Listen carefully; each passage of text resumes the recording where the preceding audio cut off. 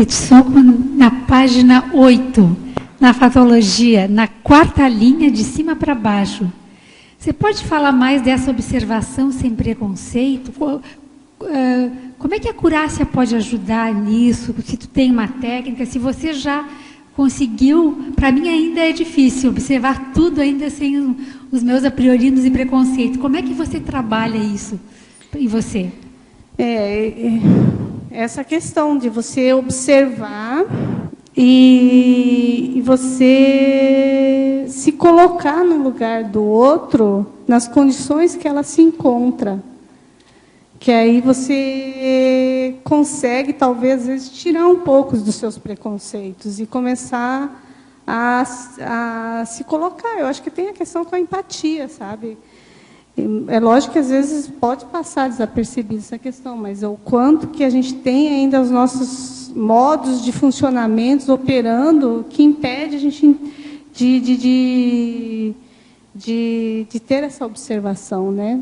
E mais isenta, mais... então, acho que a gente tem que olhar mais nossa forma de agir, a nossa forma de pensar, a nossa forma de tudo, para a gente poder perceber, né, onde que eu tenho preconceito ainda, e que eu tenho que limpar isso. Tem que fazer um auto-questionamento primeiro. Uma pesquisa, uma auto-pesquisa em relação a isso, né? Tem que fazer essa autopesquisa, senão você não tem como se sair sem o preconceito, porque aquilo já está íncito em você. Isso é mais difícil, né? É difícil. Eu acho que o foco na solucionática também, né? Você falou não criticar, né? Às vezes fica muito com foco na crítica, né? A pessoa chegou nesse ponto, por quê? Né? Daí fica naquela elucubração e não se focar na solucionática, na solução do problema, também acho que ajuda mais, né? Ajuda, mas o problema é que a gente quando a gente está na crítica, a gente já embarcou já, né? Às vezes você já não está mais isenta mais, né? E posso fazer outra pergunta? Claro. Eu queria que você falasse um pouco, na página 10, tem as dificuldades e depois os preconceitos. E você faz uma avaliação sob a ótica da conscienciometrologia. Não sei se você já falou, mas assim, que a relação da dificuldade para vivenciar a divisão de atenção relacionada a essa questão da discriminação, do segregacionismo, da discriminação, racismo. Gostaria de entender como que você relacionou a divisão de atenção com esses preconceitos. Então, eu estava comentando até com o Celso esses dias, né, que eu fui num consultório onde tem pessoas de uma certa etnia ali, né? Aí eu entrei ali, tinha uma criança de uns 2 anos, ela assim, eu entrei, ela nem deu atenção, ficou fazendo as coisinhas dela, e nada, assim, nem tchum, sabe? Eu achei estranho aquele comportamento, a pessoa assim, ela nem olhou para o lado, nada, né? Aí entrou uma senhora da mesma etnia, né? Nosso olho dele arregalou, prestou atenção, já queria ver quem era.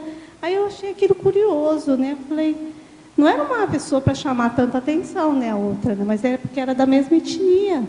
Então, o fato de você não ser da etnia, a pessoa já meio que selecionou, já teve uma atenção seletiva. Aí eu percebi que, nossa, já tem 2 anos que já tem essa priorismose já de pequeno, né? Aí eu falei, o quanto que a gente tem isso, né? E a gente nem percebe, e ele nem percebeu. Estava ali naquela situação e a atenção dele é seletiva, ela não tem uma atenção dividida, prestando atenção em tudo. Ok. Então, essas coisas pequenas do dia a dia você começa a observar e você vai vendo que você pode extrair muita coisa ali. E, a princípio, aquilo, se você não observar, você passa batido essa situação. Eu achei muito interessante isso. Interessante. Agora, a verbetógrafa. Em pensenologia, na página 8, segunda linha, você poderia expandir o posicionamento pessoal rotineiro de pensenizar de modo linear sobre os outros? Esse aqui é você se posicionar pessoalmente em relação. Você vê uma pessoa, começa a ver você começa a pensar mal da pessoa, mas aquela pessoa é assim, assado, mas aquilo, ela não devia ser assim. Aí você fala, peraí, não, você se posiciona contra esse tipo de pensamento e você pensa assim, o que eu posso fazer para ajudar aquela pessoa? Onde é que eu posso atuar? Em vez de pensar desse outro lado, né? Não, mas como aquela pessoa me incomoda, é chata, por que ela é assim? Como que ela pode ser assim? Aí você vai, né? E quando você vê, você já está carregado de um monte de coisa, né? Então, você se posicionar perante a isso, não pensar desse jeito. Quebrar esse tipo de pensamento, né? É observar o problema, mas sem se assediar. Mas também não adianta fechar os olhos, né? Todo mundo é legal, tudo lindinho, né? Também não pode. Você tem que observar e fazer o que eu posso fazer para ajudar aquela pessoa. E não ficar lá, mas como que a pessoa pode ser assim? Ela já não deveria ser assim. E assim vai, né? O encadeamento das ideias, né? Agora a verbetógrafa. Em Fatologia, na página 9, quinta linha, ele pede, fale-nos sobre o gosto pessoal pelos desafios das reciclagens evolutivas, tendo em vista que, em geral, as reciclagens são dolorosas. Não sei, eu acho que chega um ponto em que isso já deixa de ser doloroso, né? Você começa a gostar de descobrir algum traço seu que não está bem, não está funcionando, e aí você começa a ter prazer por isso, porque você fala assim, nossa, eu descobri, é uma coisa que estava escondida, e você diz, é como se fosse uma descoberta mesmo, não é uma coisa dolorosa. Você fala assim, nossa, é isso que eu tenho, é por isso que eu sou desse jeito.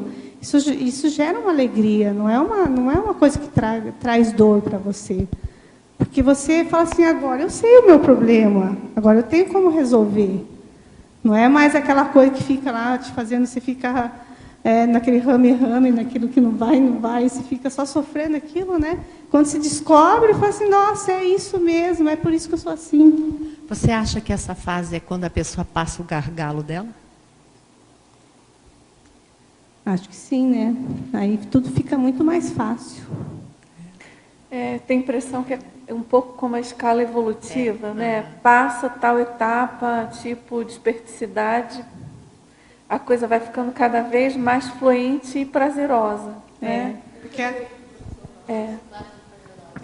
Tem. Porque o pessoal acha que reciclar é a pessoa descobrir o que você tem de errado, e como você não quer descobrir o que você tem de errado, aí você cria todo aquele drama, né? E fica naquele sofrimento, e você tenta esconder para cá, ali, não quer que veja aquilo, você tenta, né? Então, aí você fica nesse sofrimento, e aí é lógico que você vai sofrer.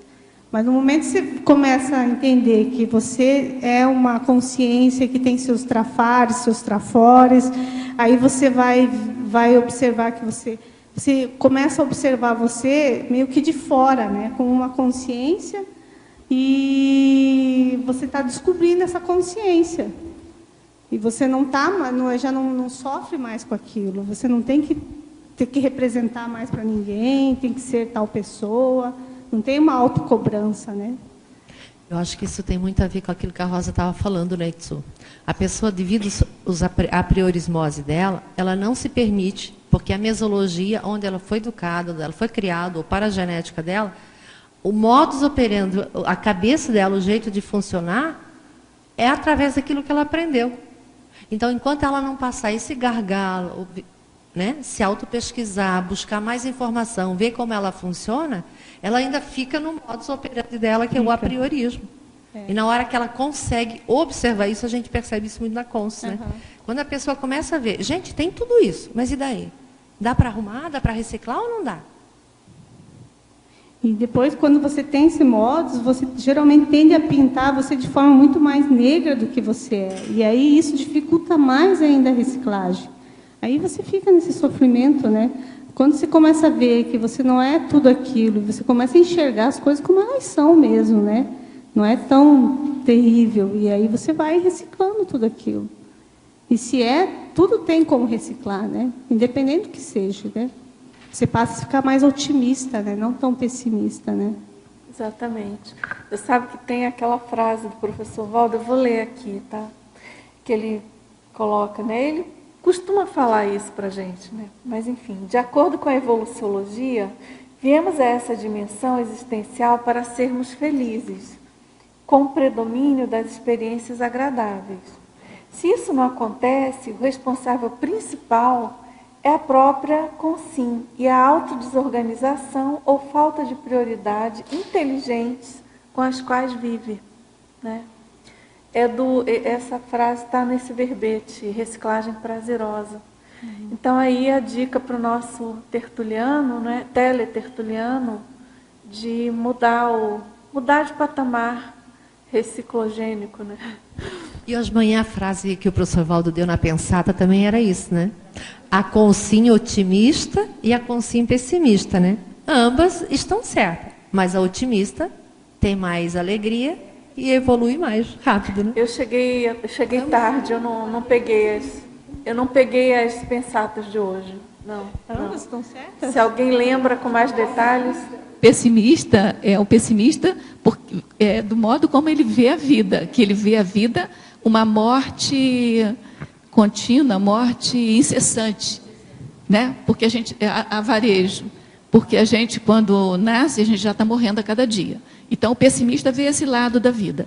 O otimista vê o contrário, vê a vida enquanto oportunidade de evolução. Então tanto o pessimista quanto o otimista, nesse caso, eles estão corretos. Porque as duas coisas são verdade. Mas aí, a pessoa otimista é aquela que é mais feliz, é aquela que mais rende evolutivamente. Enfim, a pensata tinha esse viés. Tem a ver com isso, né? Com a reciclagem. Então, a gente deixar de ser pessimista e passar a ser mais otimista, né?